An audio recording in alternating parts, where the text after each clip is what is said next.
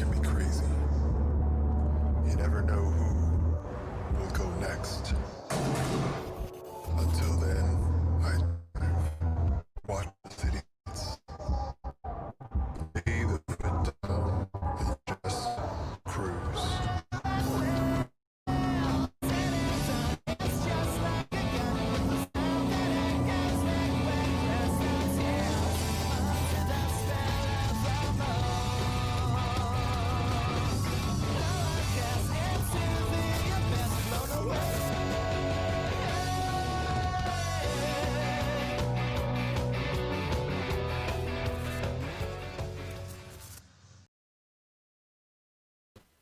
All right. We are live. Look, it's just me. No, it isn't. It's Joe. No, it's Bandito and Blue.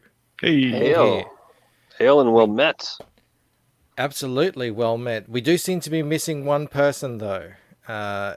If you just saw that trailer, there's a guy driving in a car. That might be Patrick Thomas Parnell, who is stuck in bumper-to-bumper traffic. We already pushed the stream back an hour to help facilitate the poor man, but he hasn't turned up yet. So no avail.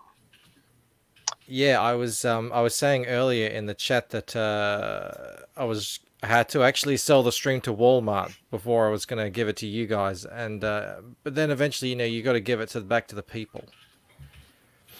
So here we are. Here's some bad news before we get started. Look at that. That's how we like to start a stream. Bad news. Llama Gigante says YouTube unsubscribed him. Has that ever happened to you guys? It I has. hear that. Yeah.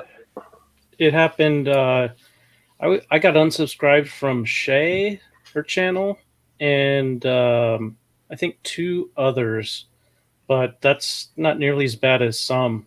I hear they get unsubscribed regularly. Yeah, I heard about it, but I don't know if it's happened to me yet.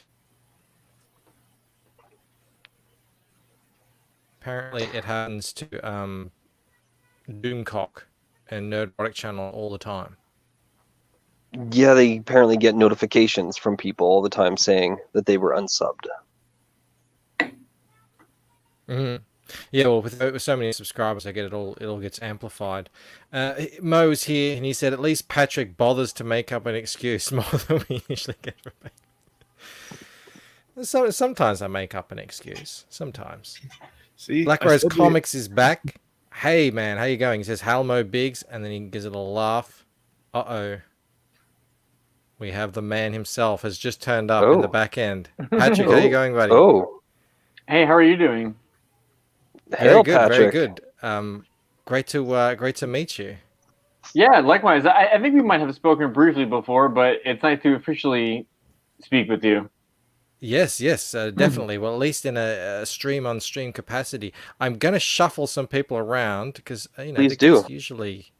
Okay, that didn't work. But now. Whoa! Oh, he's getting there.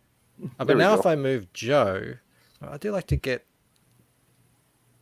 What is happening? This is like. There we go.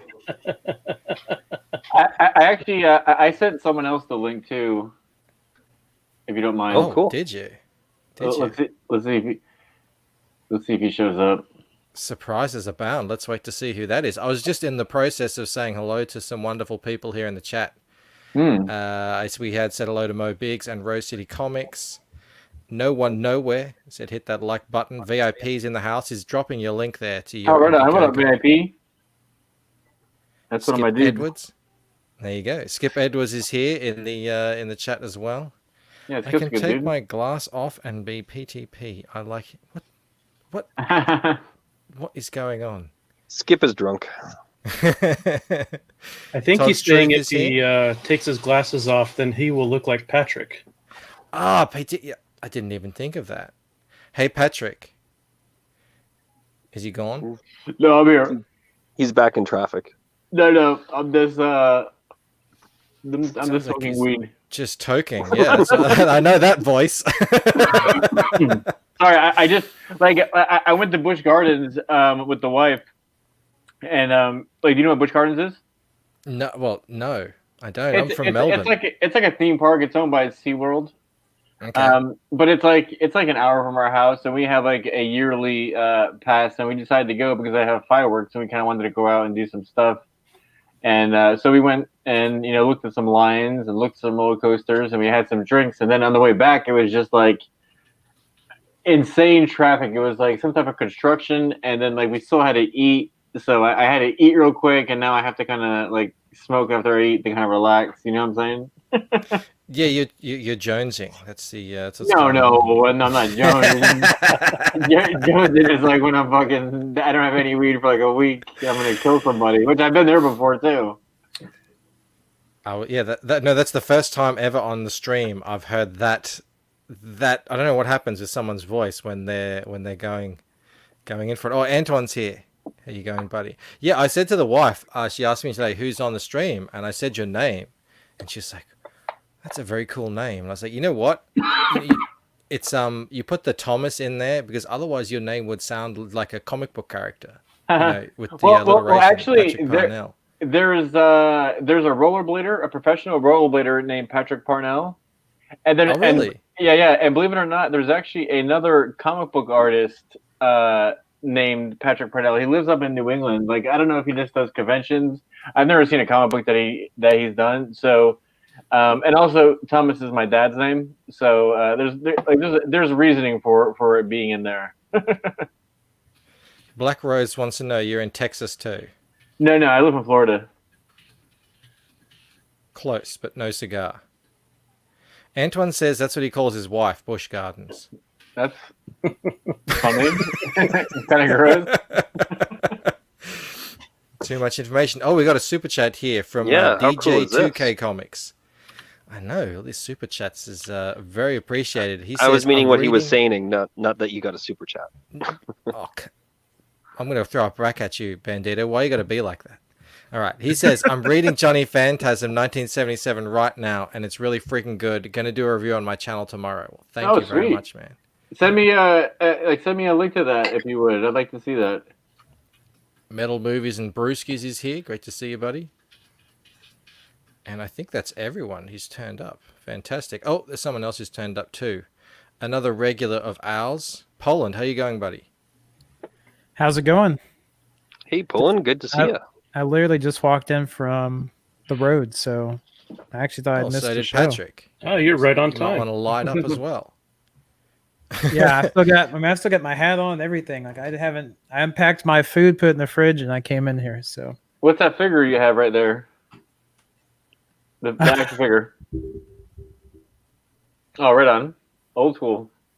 oh yeah, He's Really our awesome. resident Lara Croft Aficionado. stalker. My word is better. aficionado. Yes, I don't think Yeah. you can stalk someone fictional, as far as I understand. Patrick, what do you reckon about Joe's 1980s styling here? That shirt, that's pretty cool. That's like metal. Yeah, I mean- that's Laser Dragon, baby. Laser Where does- Dragon. Where does Yeah. one even procure headgear like that? Oh, well, 1985, clearly. remember from when Back from the Future. well, speaking of Back to the Future, like remember when Back to the Future came out and like Pizza Hut had like those glasses that you could get that were like from the movie. Yeah. They were like one was like a triangle, like two triangles all in I pissed my mom off so much because I made her go to Pizza Hut because I needed to have those glasses. I wish I was there when it came out. It was moving. I was a big Roxanne fan growing Glory's up, in the regardless. I feel like I grew up with the best movies. I had Back to the Future, Jurassic Park 1, Terminator 2, Mm. Aliens I think my 2. first date was with Jurassic Park. I think we were like 14 years old, and we were holding hands, and we were just. It was the first time I'd ever done that with a girl, and I was like, "Do you just keep holding hands the whole time?" And I remember it was so sweaty. I was like, "This is getting bizarre," and neither of us wanted to let go. This is weird. We need to stop this. That wasn't when you were 14. That was your first date with Mel. Yeah. So Patrick, we'll be getting a new guest on the panel. We'd like to spend a little bit of time just sort of getting to know them, and Right on. so I thought, let's just start from there. Who is Patrick Thomas Parnell? How'd you get into comics? How'd you get into CG? All that good stuff. Well, I mean, like G.I. Joe and Transformers is kind of like my segue to getting into cartooning in general. As a youngster, I was obsessed with those, and He-Man as well. And I was always good at drawing, but as I got older, I got into skateboarding, and then I got into like punk rock music. So, like during high school and like right after high school, I was in a punk rock band, and that's what I did. Like I went and traveled the United States and played venues and played with lots of big bands, opening up for them. What was your band? It was called Madcap. It was a punk band from Florida. But yeah, like we toured around and we played with some pretty big bands there, and that's what I did up until I was around 21. And then when I was 21, I went to the Joe Kubert School of Cartoon and Graphic Art in New Jersey. And then that's when I kind of started getting into, like more serious, like getting into drawing comic books. Basically, like what happened was like the band thing was winding down, and my mom was like, "You need to go to school for something. Like, what do you want to do?" And I was like, "I've always liked cartoons." I remember seeing those ads for the school in the back of comics in the 90s. So I moved to New Jersey, and it was an easy move for me because actually originally I'm from New Jersey. So I was living in Florida at the time. I just kind of was moving back to New Jersey and going to that school. I went there for a while, and then I graduated around 2004. Did some early work for IDW for some of the early 30 Days of Night stuff. Then I went to a computer animation school and did that for a little while and got my bachelor's degree. Meanwhile, I was doing work for the New York Times and making concert posters as well, which I still do today. Yeah, I've made posters for like Dropkick Murphys, Slayer, Bad Religion, Cool. a bunch of different kind of cool punk rock or hardcore bands. And then let's see. After going to school, like the school I was going to now was called the Ringling College of Art and Design, which is mainly an animation school. I did that for a little while, graduated from there, and then I actually went back to New Jersey. I know this is kind of confusing. I went back to New Jersey for a year and then came back to Florida, and then I started teaching at that school. And then I've been a college teacher ever since. That was about 12 years ago, I guess. And it's interesting because I did indie comics here and there, and I did freelance work here and there, but I never really got serious into comics, even though I went to a comic book school. It wasn't until about 4 or 5 years ago that I started doing published work for comic book companies. Like I did some covers for Ninja Turtles. I did some work for Mega Man, for Archie Comics, and I started to kind of dabble with some of the mainstream comic book industry for like a little bit. This is coming up to my segue to CG, how I ended up in CG. Mm-hmm. The art director that I was working with, or the editor that I was working with at Archie, ended up going to DC, and he was a big fan of my artwork. He was like, "Hey," he's like, "I'm going to DC. I want you to come do some covers with me." And I was like, "All right, sounds good." I went and did all my direct deposit information. I gave them all my employee info, and I was ready to go. I even did a whole sheet of thumbnails for Action Comics. I was going to be doing variant covers for Action Comics. Then I put a post on the internet. This is before I kind of knew that this was going to be like an issue, but I was just like, "Hey, I'm a Democrat, and I'm going to vote for Trump because I think he's the best guy for the job." Oh no. Little did I know that this was like an issue yet. This is like fall 2016. I didn't know that this was like a situation yet. Welcome to the jungle. Yeah. Well, that editor that I was kind of working with was like extremely anti-Trump. He was like super hardcore Hillary Clinton, and I was friends with him on Facebook. I never heard from him again. He's like avoided me. He's never wrote me back. I've tried calling him. He just like completely just avoided me. And I thought that was kind of weird. I was like, that's strange. And I wasn't really sure why at the time. And then someone that works there told me. He was like, "Hey, you know, the reason why is because, you know, he saw that you were like a Trump supporter. And I was like, that's fucking crazy. That's the craziest thing I've ever heard. So I was like, all right, well, you know, I'm a teacher. I'm going to go back to teaching and not worry about that stuff. And then, you know, through the grapevine, you know, I heard a similar story happen to a guy named John Malin. You know, like it was like Marvel fired him for the same reason. And I was like, that's fucking crazy. So I reached out to him on Facebook. This is before I saw him on YouTube. This is before CG or anything. I reached out to him on Facebook and was like, hey, man, like the same thing happened to me. And then, you know, a couple months down the line, you know, I just started watching more and more YouTube, working on projects here and there. And then I kind of stumbled across Comics Artist Pro Secrets, just doing the old school Star Wars reviews. And then that's when the Comicsgate started popping up, and that's when everyone started to kind of like all that stuff started to fall in place. So I was working on Johnny Phantasm at the time, like we were selling it as like ash cans at like New York City Comic Con, MegaCon, SuperCon, various Wizard Worlds. Like we were just selling ash cans of Johnny Phantasm, and we had two more to go.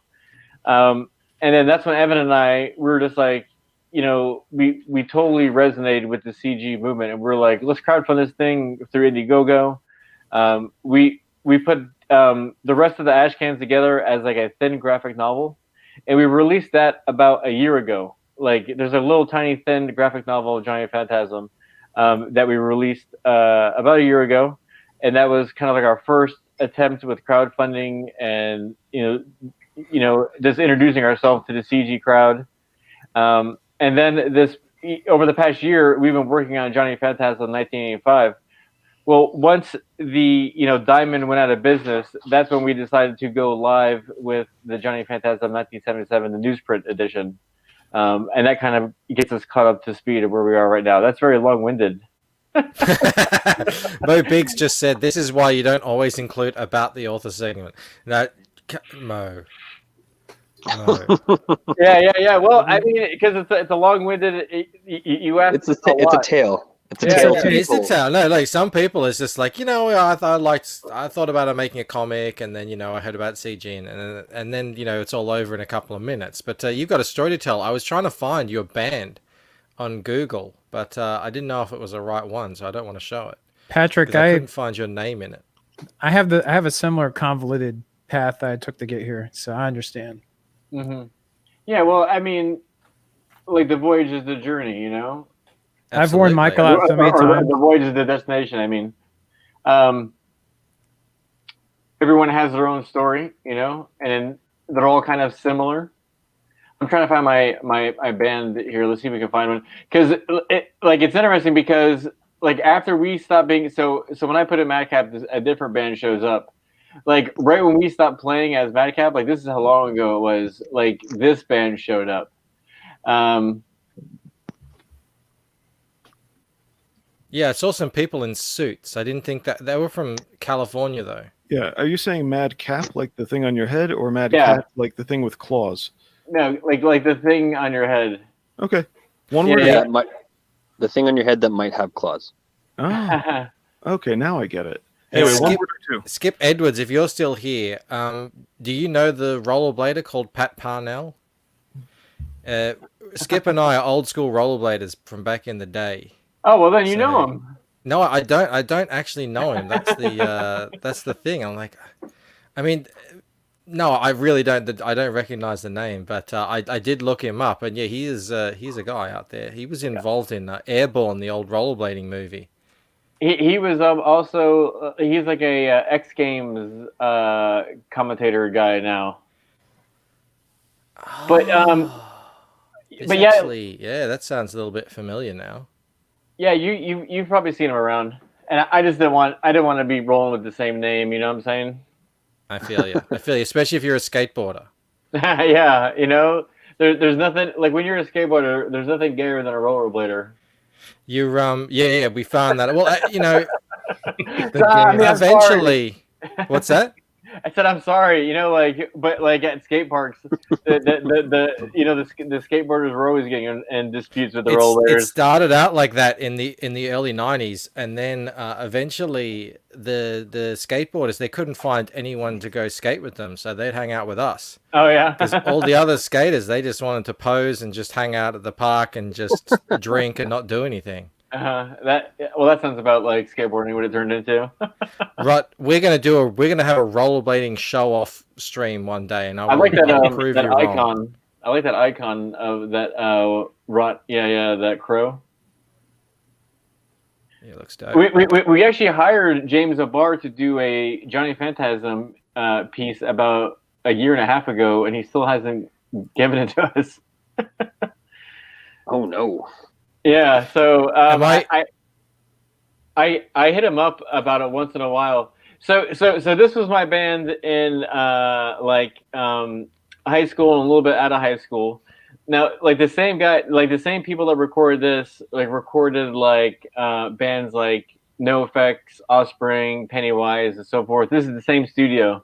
But yeah, this is what I was doing like when I was like 16, 17, 18, 19 to about 20.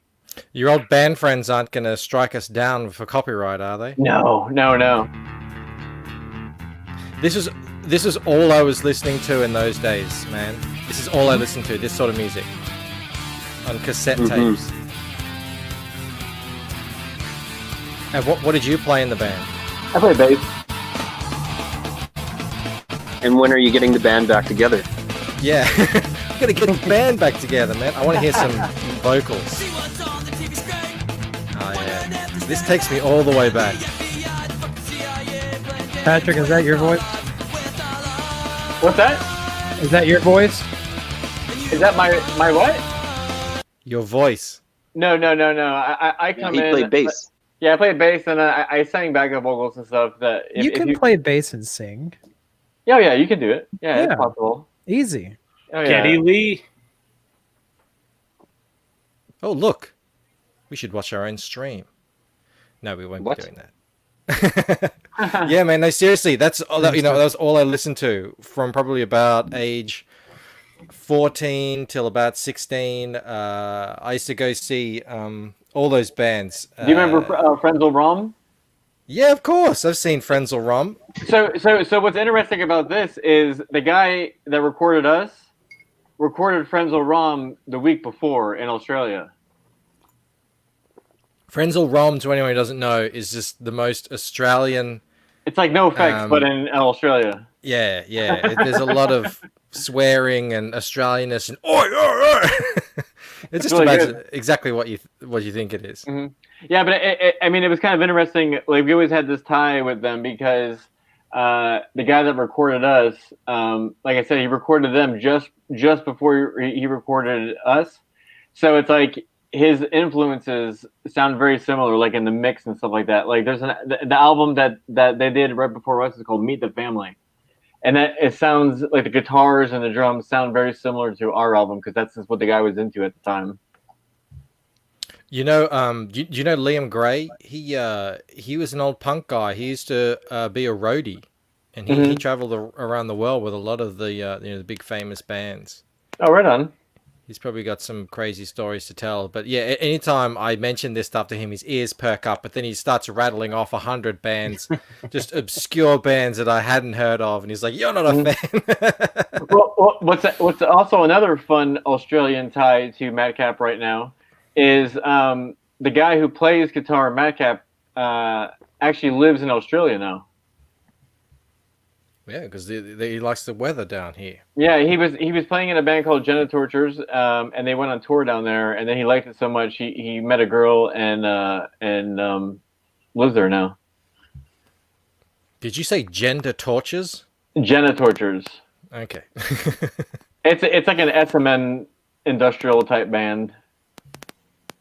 There you go. All right. You know what? We should take a look at something else you're doing. Where is it? Just gonna. I'd seen that logo around just a few places, by the way, the Madcap one. But yeah, there were like 5 different Madcap bands, whether it's one word or two. Yeah. It's weird. Like we actually bought the copyright for it, but when we were done, we were just done. We were just like. Anyway, you guys are really hard to find. Yeah, Unhinged Entertainment mentions Carnival. Yeah, they're awesome. I love Carnival. I love Dead Letter Circus. Oh, it's so funny. Like you have it to Australian money, and I was like, wait. I'm like, how did we get to 20? Like, oh shit! I freaked you out. I know. I was just like, Does that? He likes doing that to every guest. I swear I don't do that on purpose. The setup. It made me nervous because I was like, did I double sell the cover in accident or something like that? Like, what happened there? No, you just someone came in and bought 100 books all in one. Man, I'm not sure, if anyone's got $5 to fucking throw my way, but it's driving me nuts that it's at like $4,000 or $14,995 just sitting there. It's driving me fucking crazy. I might just go buy something of my own for $5. We got 33 people in the chat. Surely there's someone here who hasn't backed Johnny Phantasm to put this man out of his misery. I mean. Yeah, it's killing me. It's weird. It's like I'm sure you've noticed this with crowdfunding, but it kind of goes in waves. It's like when you first launch, it's like a big thing, and you're high as fuck. You're running around town, and you're like, yeah, everything's going. And then sometimes like you wake up and you're like, fuck, you're like, they haven't bought anything today yet, and you kind of like beat yourself up over a little bit, and then it picks up again.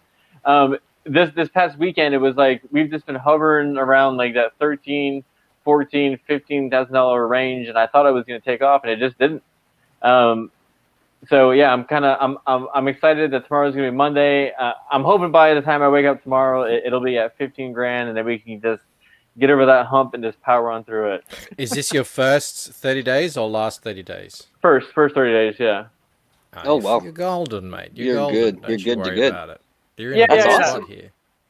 Yeah, I mean, I'm satisfied how things are going. I mean, as far as like quantity goes, like we are at like where we were just about when we ended the last campaign. Like the last campaign. I was just gonna say.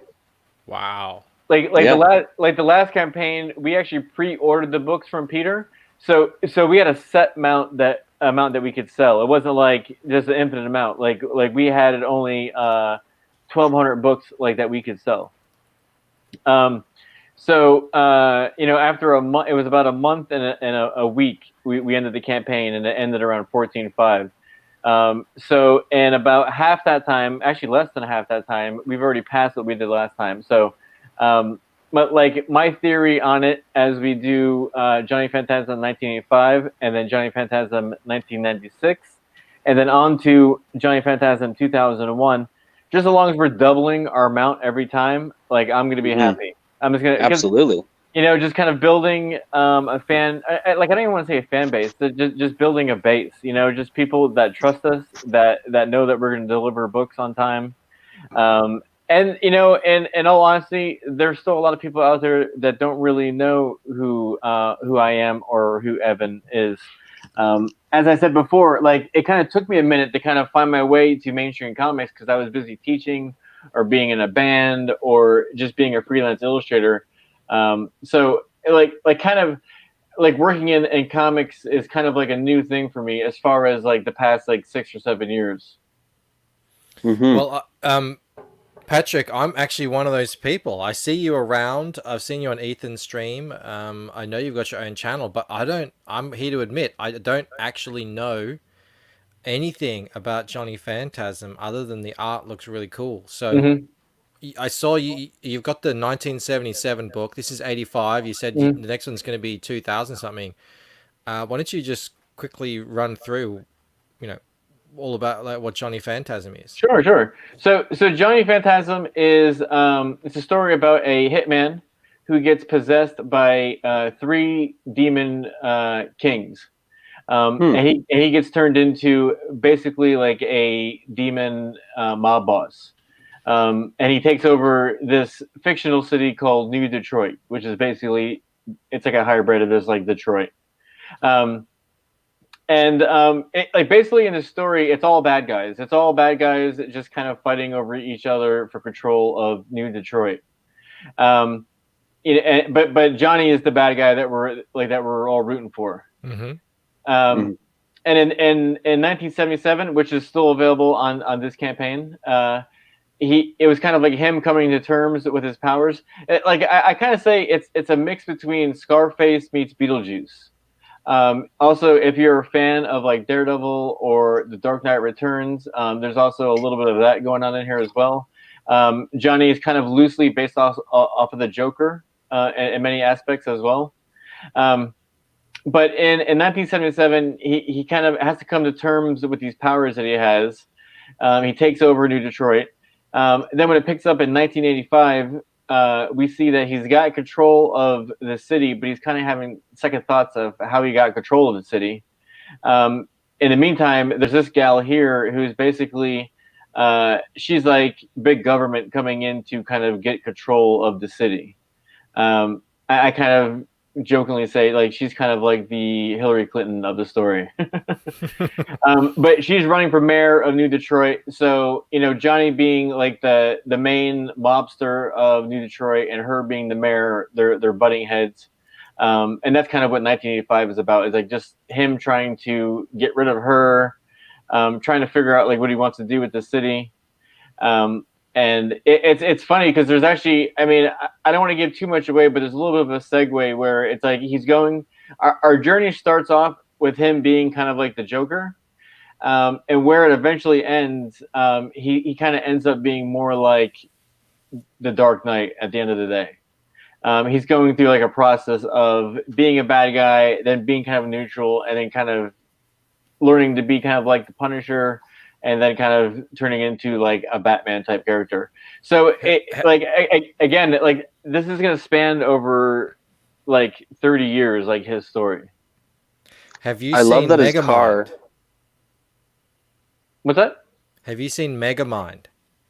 Megamind? No. Yeah, it's a really good animated movie. Came out a while ago now, but it's held up. It's about a supervillain who actually gets control of the city, and then similar sort of way finds out that actually running the show isn't really what it's all cracked up to be. And he realized when he's running the show that he preferred actually just being the villain and getting beaten. You might enjoy that one. Yeah, I'm gonna have to check that out. And again, like this is kind of like our love letter to, again, like Daredevil or the Joker or even Dick Tracy. Like there's a lot of influence of pulp comics in our stuff as well. You had a statement there, Bandito? Well, I was just going to say, I love how the car doors open up and lasers come out. Like that's. I mean, you gave a very eloquent explanation of everything going on, and I'm just like, ooh, the car has guns on it. That's kind of cool. Well, it's actually guys holding Uzis out the window or out the door. But I'm looking at it on my phone. Maybe that's something you got. Oh no. Well, there you go. Yeah, it's funny with the car. It's a red DeLorean. If you know anything about DeLoreans, like they're pretty much impossible to paint because you have to treat the metal like before you can paint them. But like 1985 was a really good year. And when I think about 1985, I definitely think about Back to the Future and the DeLorean. Something else that I think about as well is the Thunderhawk from Mask, that 80s cartoon. So that's exactly what I was thinking of. Yeah. So that's kind of what that image is kind of based off of. Is like I basically just wanted an excuse just to draw those two things.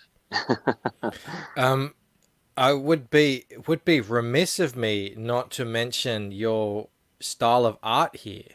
It's I mean, there seems to be a lot of different influences going on here. Can you tell us a little bit about that? Well, I mean, like my style of art, it's kind of hard to explain. Like when I look at comic book artists, I feel like there's two types of artists. There is kind of like your anatomy based artist, which when I think of like Jim Lee, I think of him as like anatomy based. It's like when he's drawing his characters, he draws the muscles out and I am kind of more in the house of what I would call a shape based artist, where like when I'm doing thumbnails, I kind of put down these shapes, and then what I do is I make the figure kind of fit inside those shapes. Guys like McFarlane does that a lot. What's up, Leroy? Like guys like McFarlane do that a lot, but Cheeks does that too. Sean Galloway, I think is his name. Yep. Magnola also does that too, where he kind of draws the shape and then he fits the anatomy inside of the shape. So like when it comes to kind of talking about my style, I think it's more like I'm really into graphic design more than like anatomy. Yep. You know, like it's important for me to get the hand where it's recognizable, but it like I don't lose sleep on the anatomy of the hand being perfect. It's more about the entire composition of the page having some type of harmony. Does that make any sense? Absolutely. No, it totally does. And what you just said there about being more into graphic design, you know, coming from that side of things, that when you said that, I'm just looking at a page like this with the colors and the layout and everything. And a lot of the times when comic people, they want to put art on t-shirts, right? They end up just taking kind of their best art or their cover or whatever and just slapping it onto a t-shirt as if that's what most people want to wear on their t-shirts. I mean, fans will because, you know, they want to support creators, but I actually got into t-shirt design for many years. And, you know, I realized it's not just as easy as just slapping a rectangle, you know, image onto a t-shirt and away you go.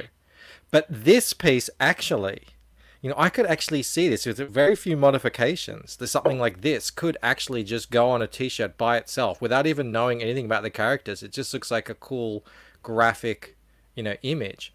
So when you said that, yeah, you're kind of looking at it from a more graphic design angle. I totally see it.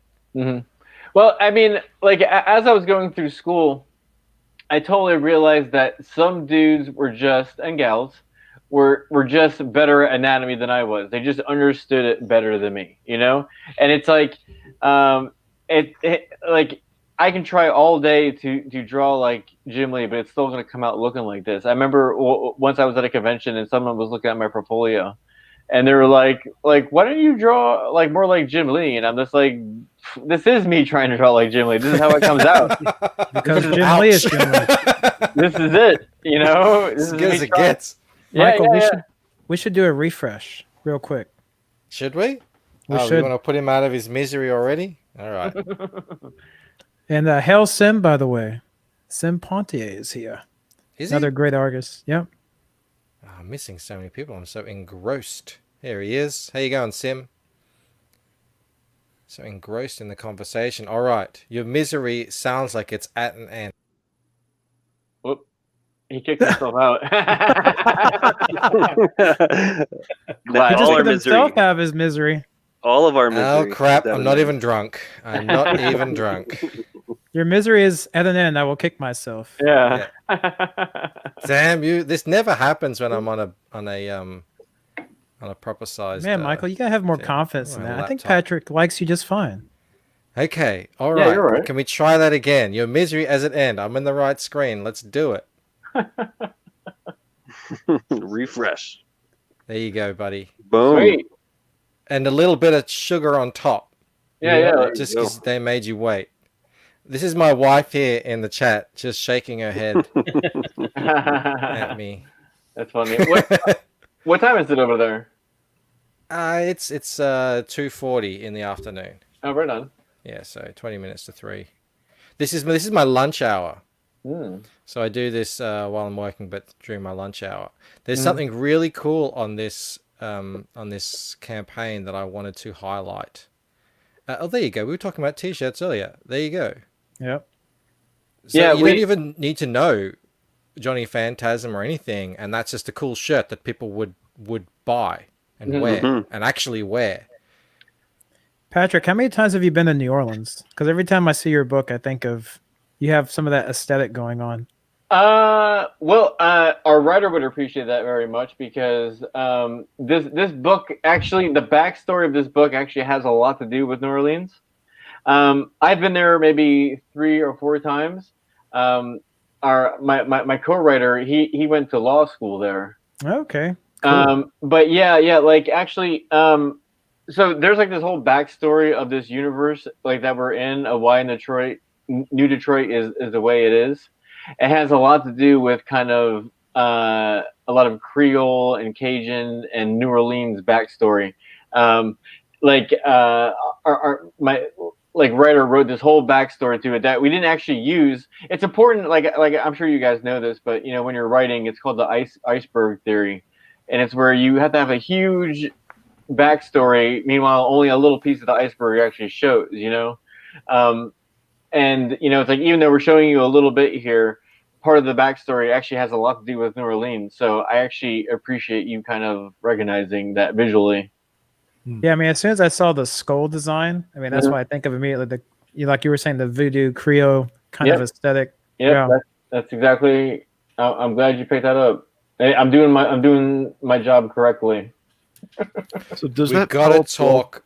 Does that Power Sorry. Peralta design work because it's satire parody, or because I don't think they exist anymore? No, you can still get that Powell shirt. He's referring to the shirt design where he's ripping out. That's based off of a old school skateboard design. That's something else that I kind of did in this whole thing. Was like, again, this is kind of like a love letter to 1985. No, that's not what I'm asking. How do you do that? Is it does it fall under satire parody? So you? Gotcha. Yeah. That's satire. Okay. All right. Cool. Yeah. Or parody. It's one of those. I was just wondering how do I get away with it legally when I want to do something? That's all. Yeah. Well, I think the fact that it's a completely different drawing. You know what I'm saying?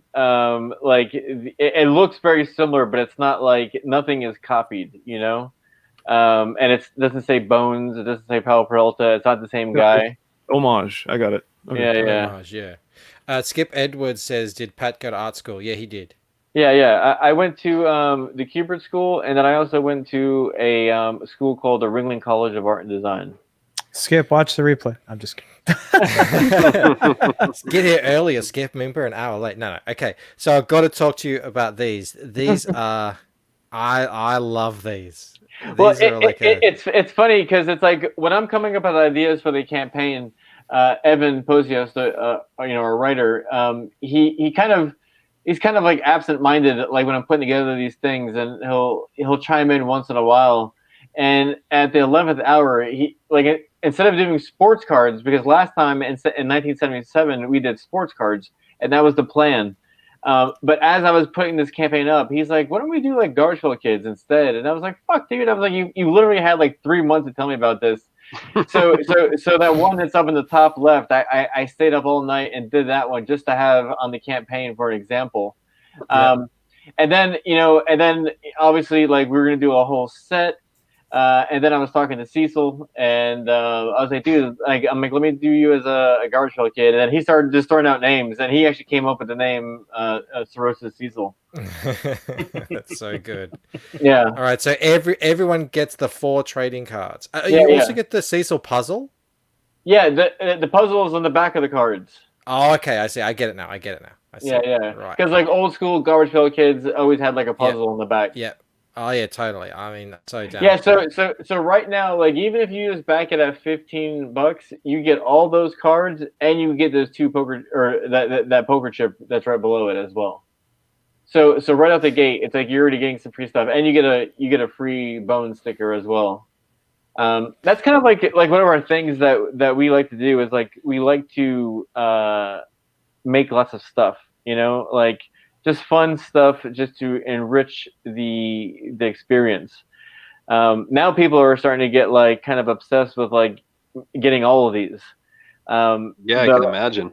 The purple and the white ones that are on the left are kind of are the first ones that we ever did, and those are kind of actually more rare. I know John Malin has all of. I think John Malin is the only one in CG that has all of them.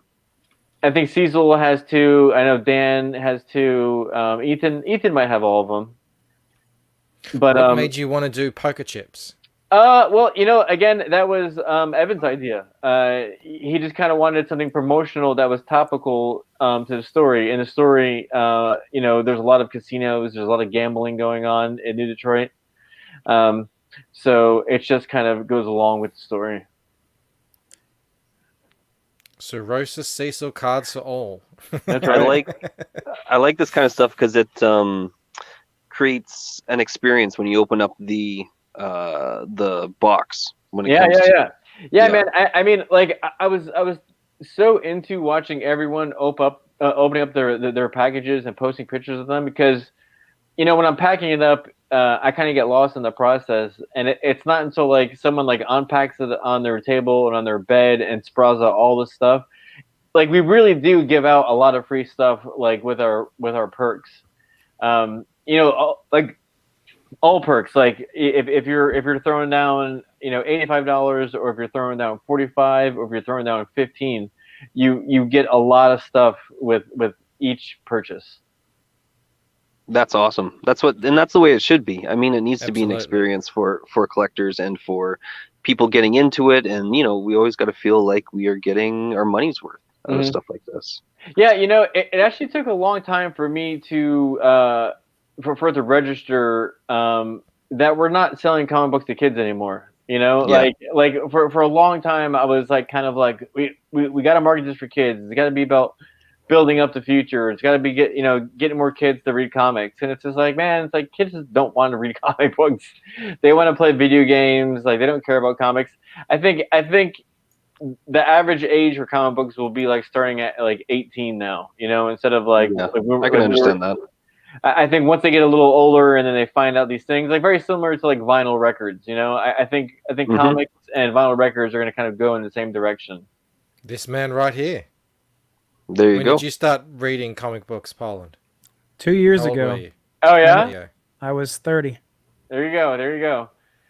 So Yeah, actually, and the that's- thing is, yeah. this is what is often said, is that the audience, the demographic is going to age out. They're all going to disappear, and no one's going to buy them anymore. But every year, there's new 30-year-olds every year. So Yeah, exactly. Patrick, that's why I was saying earlier, I came into it much like you did. I was listening to the social commentary stuff from EVS and Zach. Mhm. Zach had his big Move the Needle campaign back in the day. I said, you know what? I always thought comics were sophomore growing up. I'm going to give them a shot. I could use some time away from the screen anyways. Let me just go check this out. And I've been smitten ever since. So here I am. if you ever do need an attorney because of your satire shirts, just talk to Evan. Yeah, I think he would have kind of told me not to do it if we couldn't do it. But yeah, like Evan went to law school, he passed the bar for Michigan, and he just decided he didn't want to be a lawyer. That is so often the case. Yeah, my brother went all the way, but didn't go through with it. Didn't do the bar or anything. But Mhm. I don't know. People, I guess they find out it's not for them. So you've worked on a lot of things here. Yeah, so those examples, the Time Grunts, the story that's right above that is a story that is written by Evan, drawn by Alex Sanchez, who's working on G.I. Joe right now, and then colored and lettered by myself and all the layout and so forth. Mm-hmm. And then as an example of some of my published covers. And then our editor, who's actually kind of like our co-writer now, Dr. Andrea, that's his book, The Shepherd, which he actually has a new a volume coming out soon that he got David Mack to do the cover. Nice. Yeah. So you've got original pages for sale as well? That's right. No, they're Yep. sold. Oh, there's others. Yeah. Some things sold right away. Some of those pages are still left over from 1977. So people want to snag some of those. Some people have gone back and like that one, like someone wanted that stripper scene right there. Have you lettered these so that you can actually select which one you want to buy? No, you just have to kind of just write me, and I'll just Okay. I just kind of just make a note of it. Yeah, that's cool. Still cool. Usually people, it's just like you kind of get what you get. Yeah. Well, when I started drawing Johnny Phantasm, and you'll notice it if you kind of just like look at a page, it's like every page I designed to look like a piece of art that could be in a frame. Like everything is planned out like I don't want to say perfectly, but it's like I sacrificed a lot for there be a composition that you could put it in a frame. When we first released the book, like we had an art show at a gallery down in my area, and it was pretty amazing. Like all the pieces looked so great, like in frames and so forth. And that was my plan. It's like I want people to also be able to buy these. When you like look at some people's comic pages at conventions, and there's like a shit page, but there's like this nothing. It's just like, oh, like, this is like a waste of a page because there's nothing here. Like every single page that I do, I try to make it look like there's something happening, like someone's gonna want to buy it. Yeah, man, it looks really good. How much do these pages go for? I forget what the tier is at. I think it's like you get a book and a sticker and a page. I think for 145. That's very, very reasonable. Yeah, I'd like to think so. I forget what it is exactly, but I'm not ripping anyone off. It's like I have stacks of pages. I want people to have these. I don't need to hold on to all these forever. Patrick, is the whole book taking place during Halloween or October? It starts 1985 starts about a week before Halloween. It goes through Devil's Night and Halloween, and kind of concludes around Christmas time. There's a little bit of a time jump, but then it kind of concludes with Christmas. So we get Halloween and Christmas in this comic. Cool. Notice we have like candy corn and stuff. Yeah. Oh yeah, absolutely. And then if we reach our stretch goal of, I think it's like, it's out there. I think it's like 40K. Like we're gonna actually add a ash can of our 40K, an ash can of the character Scarlet Heart, which would be a solely Christmas story. The whole thing would be a Christmas story. That would be pretty cool. Yeah. In your style? Yeah. That'd be awesome. Lots of snow. You've been hanging out too much with John Mallon, as you? Yeah.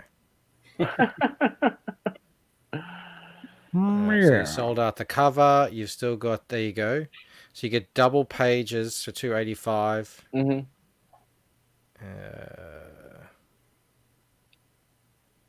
Casino Royale. Okay, it's all written here, Johnny Fan. Yep, double page, large sticker. All right.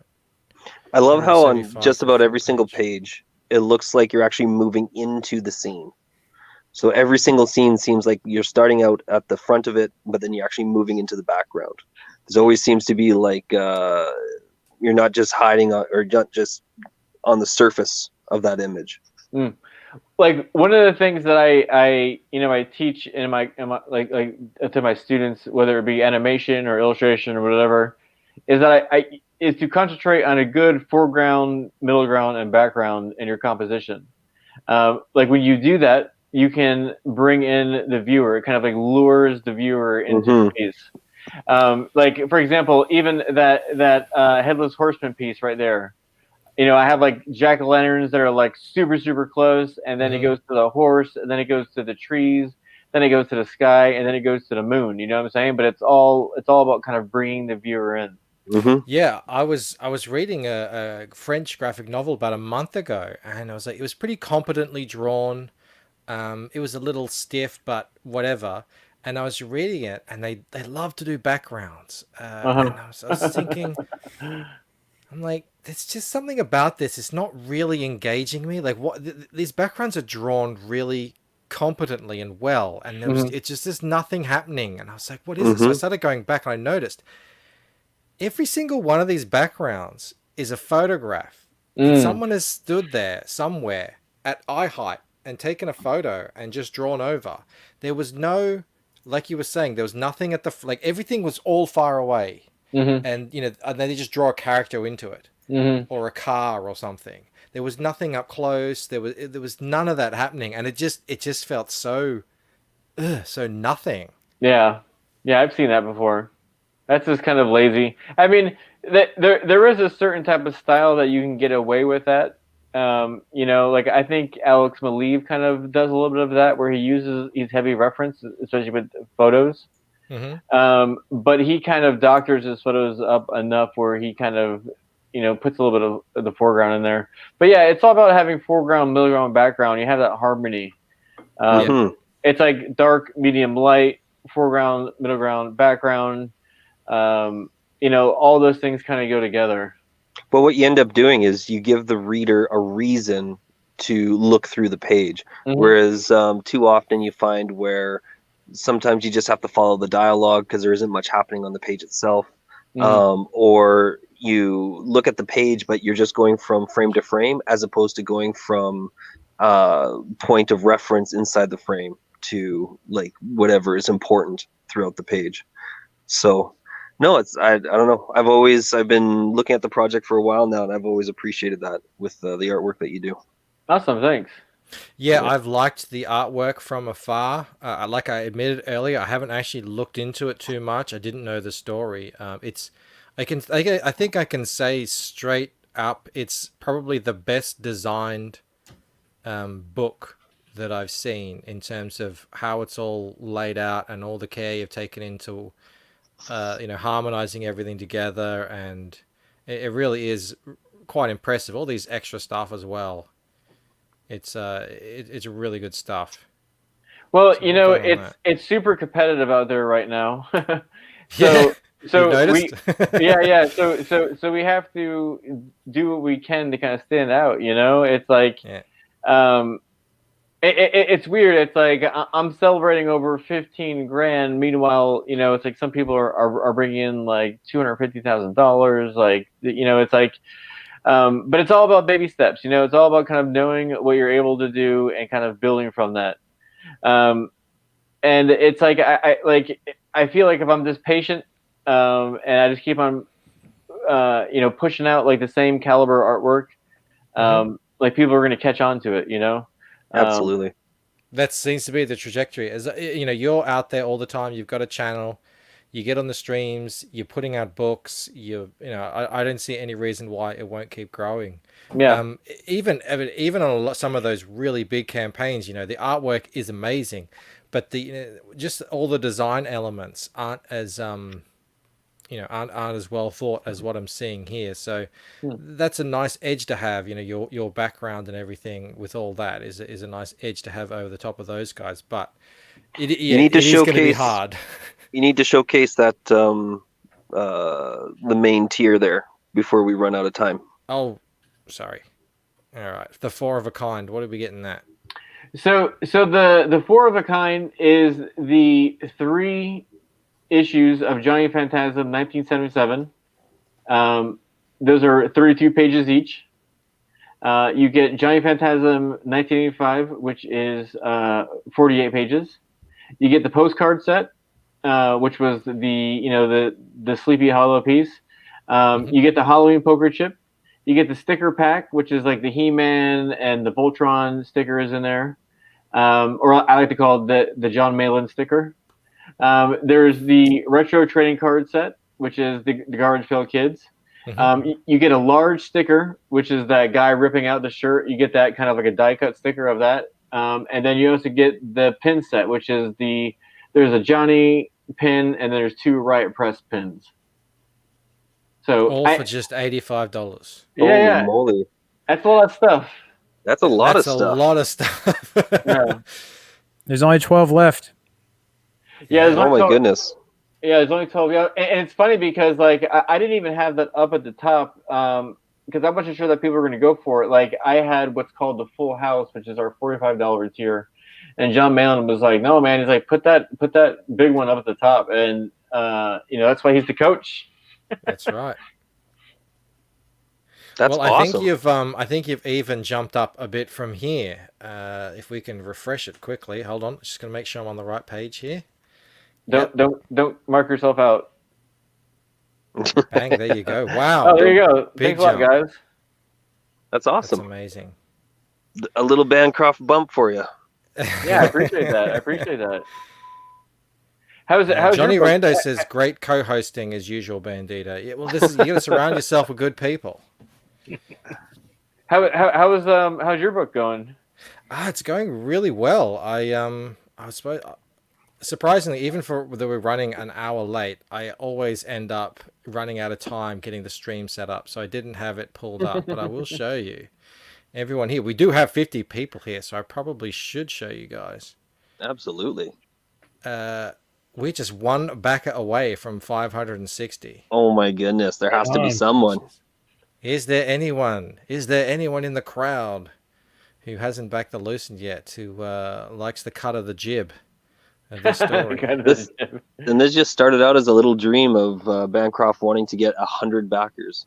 And look where he got. Well, I would have been happy with 95, but 100 is the number that you go for. And I was like, that's what I always say, because it's exactly right. I can remember saying these words to my wife the night before. I was like, as long as I end up with 100 backers, then I won't be a complete laughing stock. And then some rat kept tweeting out to everybody, "Get a free trading card." Mm-hmm. Mo Big So there says you go. correction, only 61 minutes late. That's right. So, Well, not really. How much of the book do you have done?